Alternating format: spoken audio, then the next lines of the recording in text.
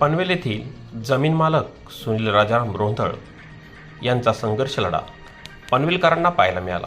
पनवेल विचुंबे येथील गट नंबर 175चा 2 व 1 अ दीक्षिता साई रेसिडेन्सी येथे राहणारे सुनील रोंधळ यांनी स्वतःवर होत असलेल्या अन्यायाची सविस्तरपणे माहिती देत विकासक सहाय्यक निबंधक तहसील प्रांत सदनिकाधारक यांनी केलेल्या नियमबाह्य नोंदणीबाबतीत एल्गार पुकारलेले दिसले। वर्ष 2022 ते 2025 पर्यंतच्या संघर्षानंतरही वारसदार मयत देवबाई रघुनाथ म्हात्रे यांच्या संबंधित अधिकारांचा गैरवापर केलेल्या दोषींवर आजवर कोणतीही कठोर कारवाई होत नसल्याने अनेक पुराव्यानिशी होत असलेल्या ह्या अन्यायाविरोधात पनवेल ग्रामीण क्षेत्रातील महसूल निबंधक सहकारी संस्थेमधील अनेक भ्रष्टाचाराचे प्रकरण यावेळी त्यांनी प्रसारमाध्यमांसंगत उलगडले।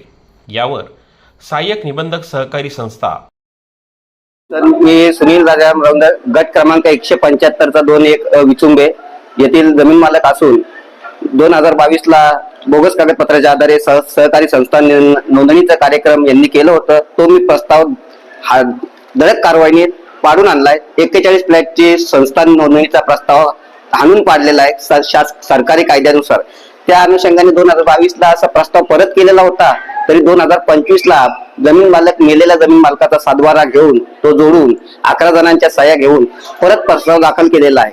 त्या प्रस्तावावर मी हरकत घेतलेली आहे। मला माहिती अधिकारात ती माहिती मिळाली होती आणि त्या प्रस्तावाची मला माहिती मिळतात मी प्रस्ताव चेक करायला आले असता तर मेलेल्या जमीन मालकाचा सातबारा, बोगस सर्च टायटल रिपोर्ट, अर्धवट सर्च टायटल रिपोर्ट असा प्रस्ताव दाखल केलेला असताना मी भारती काटोळे सहाय्यक निबंधक यांच्या कानावरती सदर प्रकार घातला। सदर प्रकारच्या परवानग्या ग्रामपंचायतीने दिलेल्या नसून त्या कोणी दिल्यात? मग या परवानग्या देतो कोण? बिना परवानगीची बिल्डिंग बनताना तुम्ही सोसायटी बनवायला येता। त्या बिल्डिंग ज्या जमिनीवर सोसायटी बनवायला आलेले आहेत त्याच्यावर ऑलरेडी एक सोसायटी रजिस्टर झालेली आहे। हा सर्व पुरावा, खुलासेवार पुरावा सरकारी कायद्यानुसार लेखी पुराव्यानुसार Bharati Katole assistant sub registrar Panvel यांना मी सुपूर्द केला आहे। त्यांनी तो प्रस्ताव रद्द केला आहे। या जमिनीमध्ये अजून भरपूर काही फेरबदल म्हणजे विना मोबदला खरेदी खत, असे खरेदी खत, हे खरेदी खत, तो खरेदी खत, हे रजिस्ट्रेशन ऑफिसला एक म्हणजे कचऱ्यासारखं बनवून ठेवलंय। काय किती रजिस्ट्रेशन झाले? जमीन एक नाही एवढे रजिस्ट्रेशन खरेदी खत। आज बिल्डरनी विकसन करारनामा केलाय तर नोंदणी अधिनियम 1908च्या कलम 17 नुसार स्थावर मालमत्तेचा ट्रान्सफर झाला पाहिजे। आज 2022 पासून आम्ही मागे लागलोय, आम्हाला रजिस्टर ताबा दे। बिल्डर ताबा देत नाही, मग आयुष्यावर मालक बिल्डरच राहणार का? याचा मला जबाब द्यायला पाहिजे का नाही? आणि ज्यांना मालकीच नसताना, ज्यांच्याकडे खरेदी खत नसताना ते संस्था नोंदवायला येतात कसे?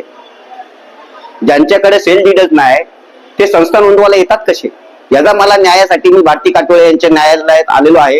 या विषयी विभागीय सहनिबंधक कोकण भवन यांच्याकडे दालनात केस आमची दाखल आहे।